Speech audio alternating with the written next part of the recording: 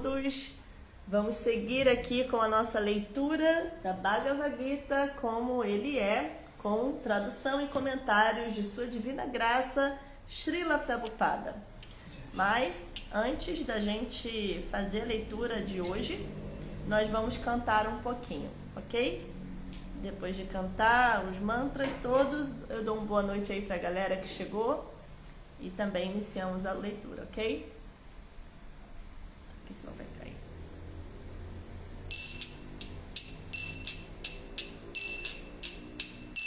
Jaya Radha Madhava Jaya Kunja Bihari Jaya Radha Madhava Jaya Kunja Bihari Jaya Radha Madhava Jaya Kunja Bihari Jaya Radha Madhava Jaya Kunja Bihari Jaya Gopi Jana Vallabha Jaya Girivaradari Jaya Gopi Jana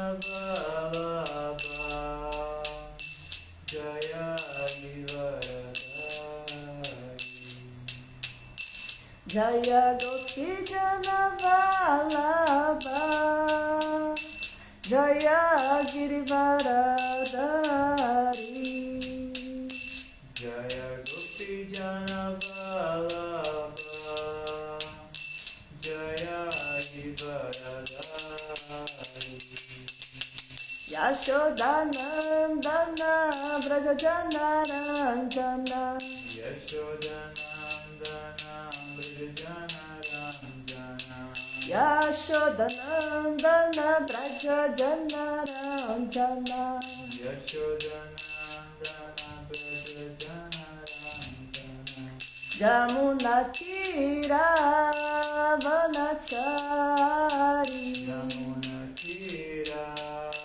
Vanachari Yamuna Tira Vanachari Yamuna Tira Vanachari Jaya Radha Madhava Kunja Bihari Jaya Radha Madhava Kunja Bihari Gopi Jana Vallabha Girivaradari Gopi Jana Vallabha Girivaradari Yashodanandana Braja Jana Ranjana Yashodanandana Brajana Ranjana Yamuna Tira Vanachari Yamuna Tira Vanachari Hare Krishna Krishna Krishna Hare Hare Hare Rama Rama Rama Hare Hare Hare Krishna Krishna Krishna Hare Hare Hare Rama Rama Rama Hare Hare Om Namo Bhagavate Vasudevaya Om Namo Bhagavate Vasudevaya Om Namo Bhagavate Vasudevaya Om Namo Bhagavate Vasudevaya Om Namo Bhagavate Vasudevaya Om Namo Bhagavate Vasudevaya Então deixa eu dar uma boa noite a quem está aqui ao vivo conosco, Luiz Carlos Guzmão, Hare Krishna, boa noite, meu querido irmão Sanatana Dharma, Haribol, e Lilu Lichitunlieb, Hare Krishna, obrigada aí pela presença de vocês. Vamos seguir aqui com a nossa leitura nectária da Bhagavad Gita, nós estamos ainda no capítulo 2 aqui, hoje é o verso 44, tá bom? Bogasvarya prasaktanam tayaparita chetasam vyavasayatmika buddhi samadona vidyate. Boga, ao gozo material. Aishvarya, e opulência. Prasaktanam, para os que são apegados. Taya, por tais coisas. Aparita chetasam, confundidos na mente. Vyavasaya atmika, fixo na determinação. Buddhi, serviço devocional ao Senhor. Só uma pausa aqui, né? Interessante que Buddhi, a tradução literal de Buddhi é inteligência, mas Prabhupada traduz aqui como serviço devocional ao Senhor. Por quê? Uma coisa é igual à outra, né? Existem vários versos que Prabhupada vai dizer que Buddhi e Bhakti são a mesma coisa, no sentido de que inteligência, a pessoa inteligente é aquela que de fato está servindo a Suprema Personalidade de Deus. Não há maior inteligência do que ela, né? Sendo ele a fonte de tudo, o criador, mantenedor, controlador e aniquilador de tudo, né? Então, servir essa pessoa é o que há de mais inteligente, né? Então, Buddhi aqui é traduzido como serviço devocional ao Senhor. Samado, na mente controlada. Nunca, vidyate, acontece. Então, a tradução e o significado são dados por sua divina graça, Sri Bhaktivedanta Swami Srila Prabhupada. Deixa eu mostrar aqui Srila Prabhupada, olha lá que bonito. E Prabhupada está Ih, não está dando zoom. Enfim, mas dá para ver aí que ele está de touquinha do frio e também, como é que é o nome disso? Uma echarpe, um cachecol, um paninho. Bom, a tradução do verso 44 diz o seguinte: nas mentes daqueles que estão muito apegados à gratificação dos sentidos e à opulência material e que se deixam confundir por essas coisas, não ocorre a determinação resoluta de prestar serviço devocional ao Senhor. É interessante, antes de ler o comentário de Prabhupada, eu queria comentar, né, que uns dias atrás, não sei se vocês viram, nós tivemos a leitura do verso 41, que é um dos versos mais citados por Prabhupada, o verso 241, né? A gente conhece mais os versos, os devotos, né, mais antigos, eles conhecem os versos não pelo número, mas pela primeira linha, né? Então, o famoso verso Vyavasayatmika Buddhi. Então, esse verso, ele foi lido aqui na ISKCON Rio de Janeiro pelo nosso querido amigo Govinda Gopal, que estava aqui no Rio, né, com a esposa Mohini, e ele fez a leitura desse verso.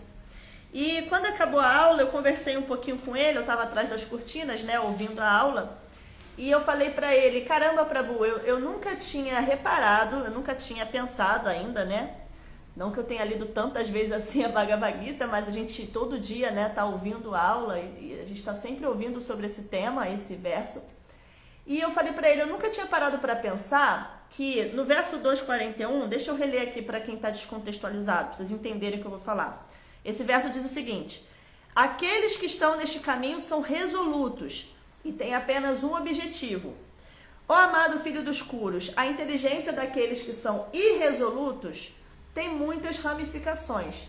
Então eu falei para o Govinda assim, olha, eu sempre entendi essas ramificações como outras filosofias, outros conhecimentos que nos desviam do caminho, né? Então você fica muito apegado à astrologia, à Hatha Yoga, a isso, aquilo, a psicologia, a própria filosofia mundana ocidental, né?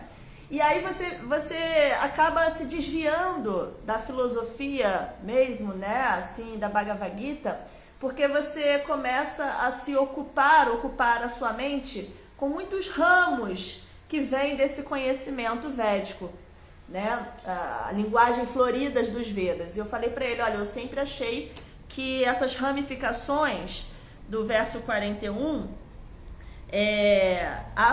Avyavasaina, né, que fala nesse verso, se referia a isso.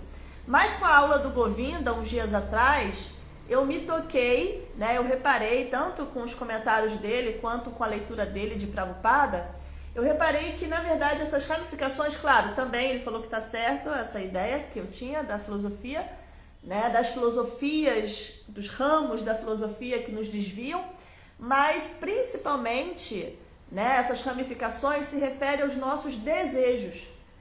Então, os nossos desejos é que nos desviam, né? Claro que a gente vai chegar à filosofia, a apegos, a várias coisas, mas o que vai nos desviar, essas ramificações, são os nossos desejos.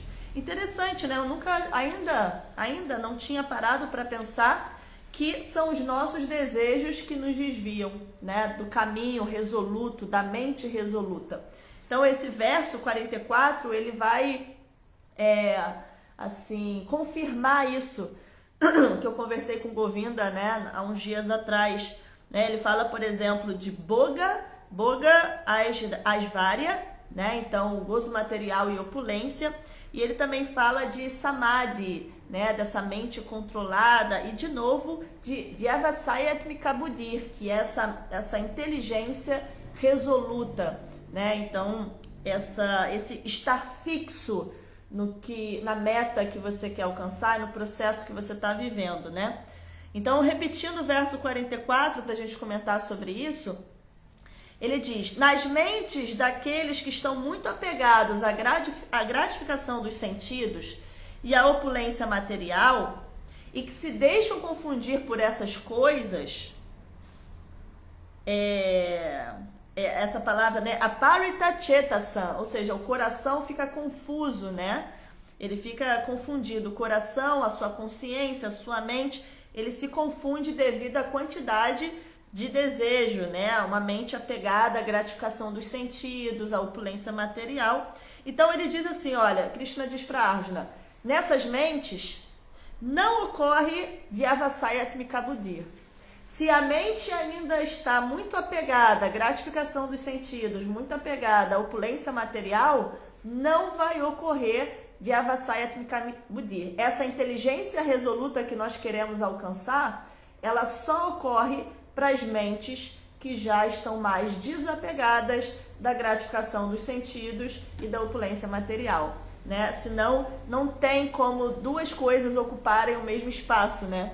Então, não dá para ter mente resoluta, inteligência resoluta, fixa no conhecimento transcendental, se a sua mente ainda está confundida, atraída e distraída, atraída e distraída com gratificação dos sentidos, gozo material, opulência material. Não tem, né? Uma coisa não encaixa com a outra, como se diz, né? Onde há luz não há escuridão, e onde há escuridão não há luz.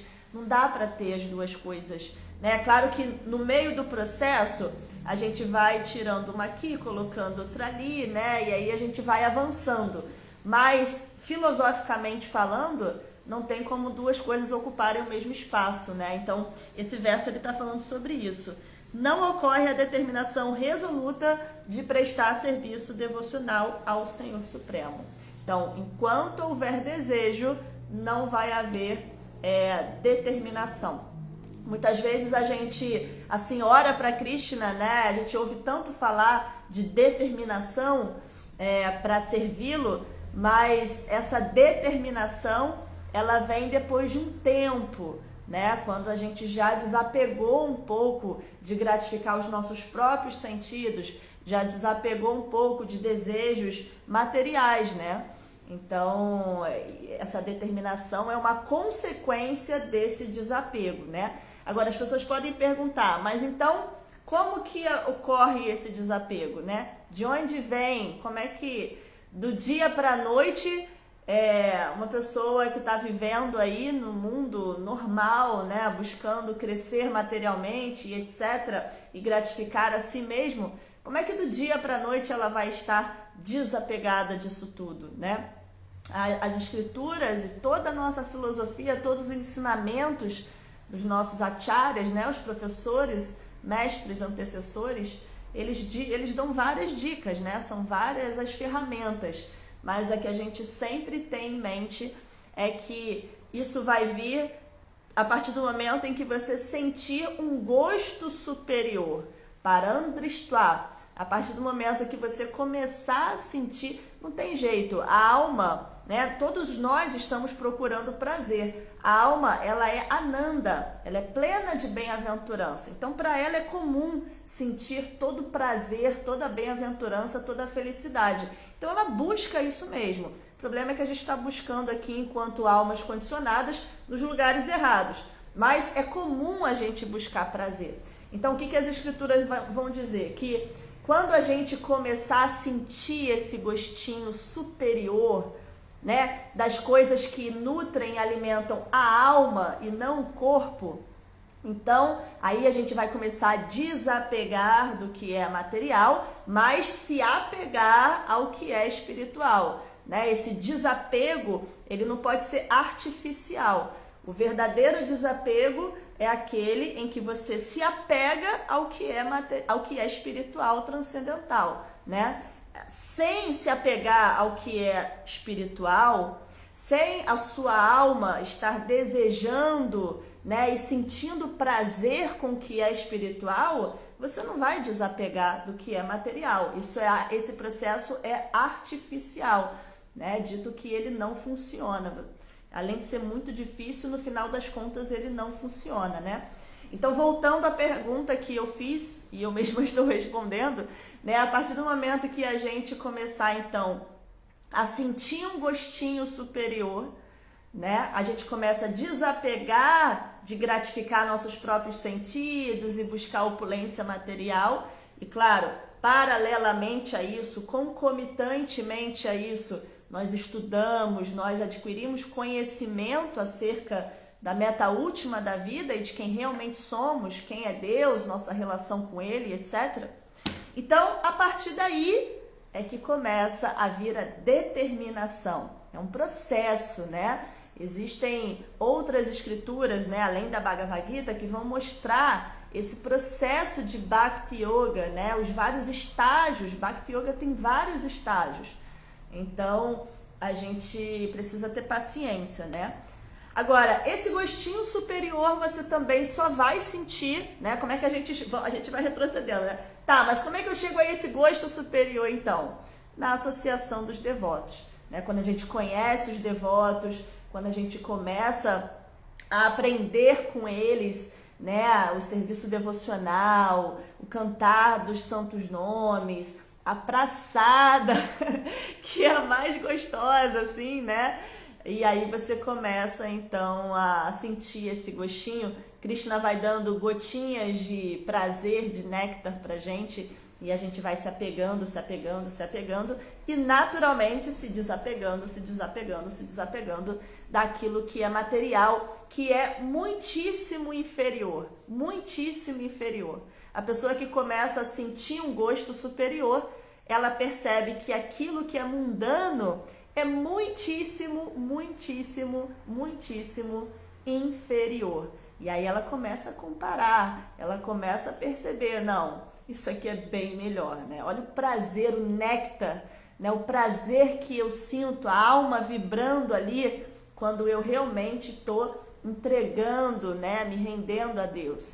E olha o alíviozinho de sofrimento que eu sinto quando eu estou, né, me identificando com o corpo, me identificando com o meu personagem, buscando satisfazer os meus sentidos. É muito diferente, né? Então a pessoa naturalmente, com a sua inteligência, começa a fazer essas substituições, ok? Bom, mas vamos ler então, se alguém quiser fazer algum comentário ou alguma pergunta aí, tá? Eu vou ler aqui enquanto isso o significado de Prabhupada desse verso, que é bem curtinho. Mas antes eu vou reler o verso porque a gente falou muito. nas mentes daqueles que estão muito apegados à gratificação dos sentidos e à opulência material, e que se deixam confundir por essas coisas, não ocorre a determinação resoluta de prestar serviço devocional ao Senhor Supremo. Significado: Samadhi quer dizer mente fixa, porque, como eu falei, né, nesse verso aparece a palavra importantíssima, Samadhi, que no palavra por palavra, Prabhupada traduz como mente controlada. Mas sabemos que Samadhi também é aquele estado de consciência pura, em que a sua mente está totalmente fixa, né, na Suprema Personalidade de Deus. Então, Samadhi quer dizer mente fixa. O dicionário védico, o já citado Nirukti, diz que Samyag Adhyatesmin Atma Tattva Yatatmyam, abre aspas. Quando está fixa para entender o eu, diz-se que a mente está em Samadhi. Então, Samadhi é essa mente fixa para entender o eu, né? O eu aqui que a gente está dizendo é o eu superior, tá? Ou seja, a alma, a sua verdadeira identidade. Prabhupada continua aqui.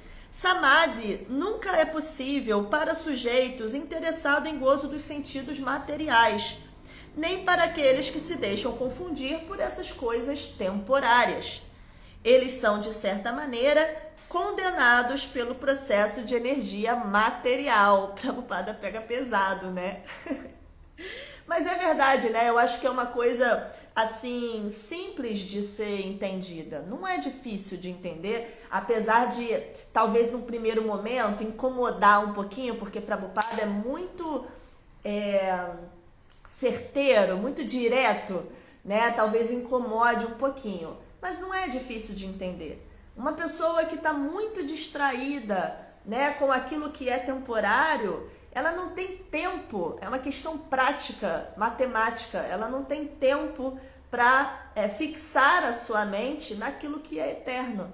Né? A gente pode dar um exemplo assim simples. Se você, por exemplo, pegar uma adolescente e os pais estão dizendo para essa adolescente, olha, você precisa se dedicar aos estudos, né? Você precisa... Você quer saber de festa, academia, namorado. E se você não estudar, você não vai ser ninguém nessa vida, né? Você não vai conseguir trabalhar, ter seu próprio dinheiro, conseguir ter uma família. Então, a pessoa já passou ali da idade da...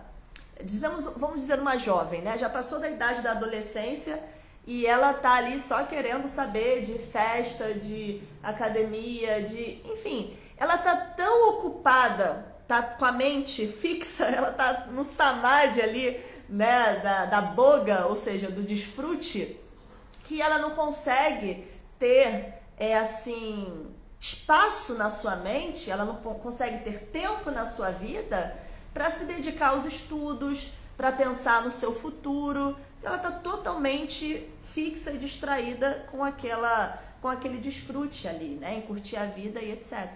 Então, da mesma forma, é muito simples de entender isso que Prabhupada diz, né? Para sujeitos interessados em gozo dos sentidos materiais, e para as pessoas que se deixam confundir por essas coisas temporárias, ou seja, elas estão totalmente absortas naquilo que é temporário, não é possível alcançar Samadhi. Como que a sua mente vai estar fixa no eu, né, na alma espiritual, no processo de autorrealização, se ela está totalmente absorta, focada naquilo que é temporário? E Prabhupada termina dizendo algo que é duro, mas é verdade. Eles são, de certa maneira, condenados pelo processo de energia material. Qual é o processo de energia material? Que ele está falando aqui, né, também. Karma e gunas. Infelizmente, as pessoas, as almas, ou nós, né, as pessoas parecem que assim estão falando dos outros. Nós, almas condicionadas, que estamos ainda presos ao desfrute do gozo material, né, nós estamos condenados pelas leis materiais. Se você jogar um copo do alto de um prédio, não tem como ele não cair. Existe uma lei chamada lei da gravidade, esqueci. É a lei da gravidade que não tem como você jogar um copo e ele não cair. É uma lei desse mundo. Da mesma forma, existe nesse mundo a chamada lei do karma, lei da ação e reação. Tudo que você fizer terá um resultado, né? Tudo vai gerar dívida, vai gerar mais condenação nesse mundo, né? E você também tem os gunas, que são as cordas que nos amarram a esse mundo, né? Guna é traduzido no sânscrito como corda. Então, os gunas, chamados modos da bondade, modo da paixão e modo da ignorância, eles estão nos amarrando. E nós, assim, estamos agindo, muitas vezes não, nós estamos agindo segundo o nosso karma e segundo os gunas, os modos da natureza. Ou seja, a alma está dormindo, nós estamos agindo sem nenhum tipo de consciência, só assim respondendo às leis materiais, como o Prabhupada disse aqui, ao processo da energia material, que é Maya, também chamada de ilusão, né? Então, assim, é complicado. Pensar que nós não estamos fazendo nada, só assim totalmente amarrados, agindo segundo o nosso karma e segundo os modos da natureza, é pesado, né? Mas se estamos tão distraídos com energia material, não temos opção senão seguir a sua lei, né? Agora, a partir do momento que nós nos rendemos a Krishna, né, e começamos a entrar nessa determinação, nessa inteligência fixa para servir a Suprema Personalidade de Deus, então a gente começa a se libertar, né, dessas leis que são materiais, porque aí você vai estar agindo como alma e não como corpo, mente e inteligência, né? E a partir do momento que você age como alma, você segue as leis da alma, as leis espirituais e não as leis materiais, ok? Bom, deixa eu ver quem está ao vivo aqui com a gente, já chegamos ao nosso tempo. Marina Ponte, Hare Krishna, deixa eu ver se é uma Marina que eu conheço, não sei, acho que não. Márcia Moreira Neves, Hare Krishna, boa noite. Quem quiser se apresentar aí, tá? Eu acho que eu não conheço também a Márcia. Pedro Romão Bevilacca Patrício, esse eu conheço, Prabhu Hare Krishna, tem vindo todo domingo aí, legal que você está aí também assistindo. E Madhavi Hare Krishna, minha irmã querida, não sei se já voltou de Arikanda, estava de férias lá, curtindo de Arikanda, não sei se já voltou para Govardhana. E nossos queridos amigos aqui que estão desde o início, muito obrigada por terem ficado até o fim, Luiz Carlos Gumão e Sanatana Dharma. Bom, já que ninguém fez nenhuma pergunta, eu vou encerrar por aqui. Odd, quer fazer alguma pergunta? Tranquilo? Foi pesado, mas é isso aí. Ah, sim. Odd tem uma pergunta. E o Yudhishthira era um rei que ele tinha mente resoluta, correto? Sim. Como ele fazia, mesmo tendo toda a opulência que ele tinha, ele conseguia ter essa mente resoluta? Interessante, né? A pergunta do Odd, não sei se vocês ouviram. Ele disse, olha, Yudhishthira, ele tinha toda a opulência material, porque o Yudhishthira, num certo momento da vida dele, ele foi o imperador do mundo. Depois ele perdeu, depois ele voltou a ser o imperador do mundo. Então imagina, ele tinha toda a riqueza do mundo, mais que todo mundo, assim, né? E ao mesmo tempo ele tinha essa mente fixa, né? Essa mente resoluta na Suprema Personalidade de Deus. Então existe uma diferença, essa pergunta dele é muito interessante para a gente não se confundir, né? Achar que todo mundo tem que então ser abdicado de opulência material. Não, existe uma diferença entre estar buscando a opulência material e estar com a mente fixa em buscar a opulência material porque você acha que a sua opulência material é o que vai te satisfazer. E existe uma diferença entre isso e estar com a mente fixa na meta última da vida, mas aceitar a opulência material que Krishna está te dando, né? É diferente. Então, Yudhishthira, se a gente lê o Mahabharata, ele nunca correu atrás da riqueza. Ele já nasceu numa família assim, né? E como dever, como dharma, né? A pedido de Krishna, ele era para ser o imperador, porque ele era a pessoa mais virtuosa do mundo, mais dármica, então era pedido que ele fosse o imperador do mundo e não outra pessoa. Então ele aceita como um serviço, mas ele não está buscando a opulência achando que isso vai satisfazer. Tanto que no momento, quando é necessário que ele abandone tudo isso, ele faz isso com a maior facilidade, né? E termina a sua vida meditando nos Himalaias, deixando toda a riqueza para trás. Então, tem essa diferença, né? A gente pode ter opulência material, mas aceitar como parte de um presente de Krishna e usá-la a serviço dele, né? Diferente de você ficar buscando opulência, achando que isso que vai te fazer feliz. Então é isso, Hare Krishna, obrigada a vocês, Pedro, Madhavi já está em Govardhana, Márcia, muito agradecida a vocês por estarem aí ouvindo, tá bom? Todas as glórias a Srila Prabhupada, Bhagavad Gita Ki Jai.